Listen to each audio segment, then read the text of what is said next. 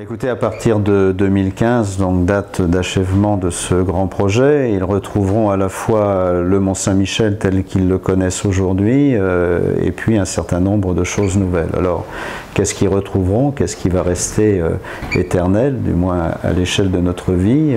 C'est bien l'abbaye du Mont-Saint-Michel, qui est bien sûr un des buts principaux de la visite du Mont-Saint-Michel.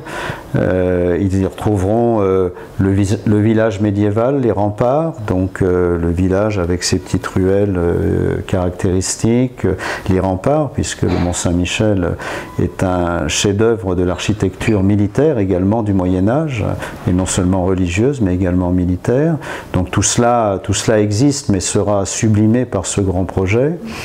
Ils y trouveront également ce pourquoi un certain nombre de visiteurs viennent, c'est-à-dire une gastronomie typique, l'omelette de la mère Poulard, l'agneau de présalé, une cuisine inscrite vraiment dans la tradition d'accueil et d'hospitalité millénaire du Mont-Saint-Michel, ça aussi.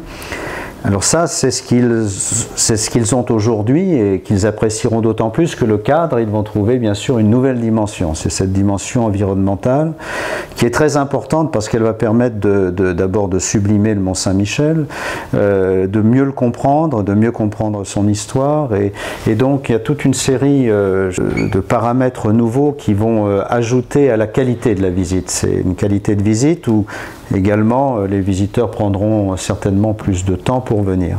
Et par exemple, je pense particulièrement aux visiteurs asiatiques qui sont déjà nombreux, les Japonais, et qui vont devenir encore plus nombreux avec aujourd'hui beaucoup de demandes de la part des Coréens, des Chinois et d'autres pays du sud-est asiatique.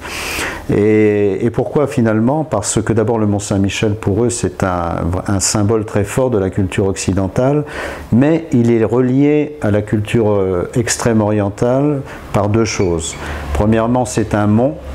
Et dans la culture extrême orientale, la spiritualité se situe souvent sur des collines, sur des montagnes. Ça, c'est donc très important, c'est un mont.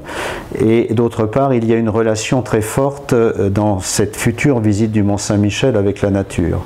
Or, en Extrême-Orient, lorsque vous allez visiter un site historique ou spirituel, la partie consacrée à la nature est plus importante que la partie consacrée à la visite même du monument, qui sont souvent des monuments plus modestes, hein, des temples, tout ça, mais ce qui est important, c'est le cheminement à travers la montagne pour y arriver. C'est la quête.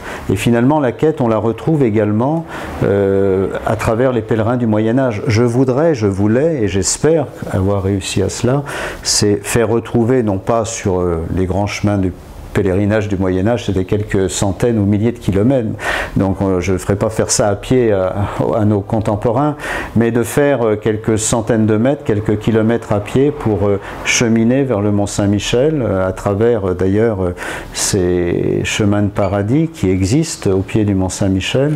C'est tout cela. Donc c'est une nouvelle façon d'appréhender le Mont-Saint-Michel, en phase à mon avis avec les grandes valeurs futures du tourisme même futur, c'est-à-dire des valeurs plus écologiques, des valeurs plus spirituelles, des valeurs plus culturelles que les valeurs qui ont été jusqu'à présent véhiculées à travers le tourisme moderne. Donc c'est une nouvelle forme d'appréhension d'un site et en cela j'espère que le Mont-Saint-Michel sera exemplaire.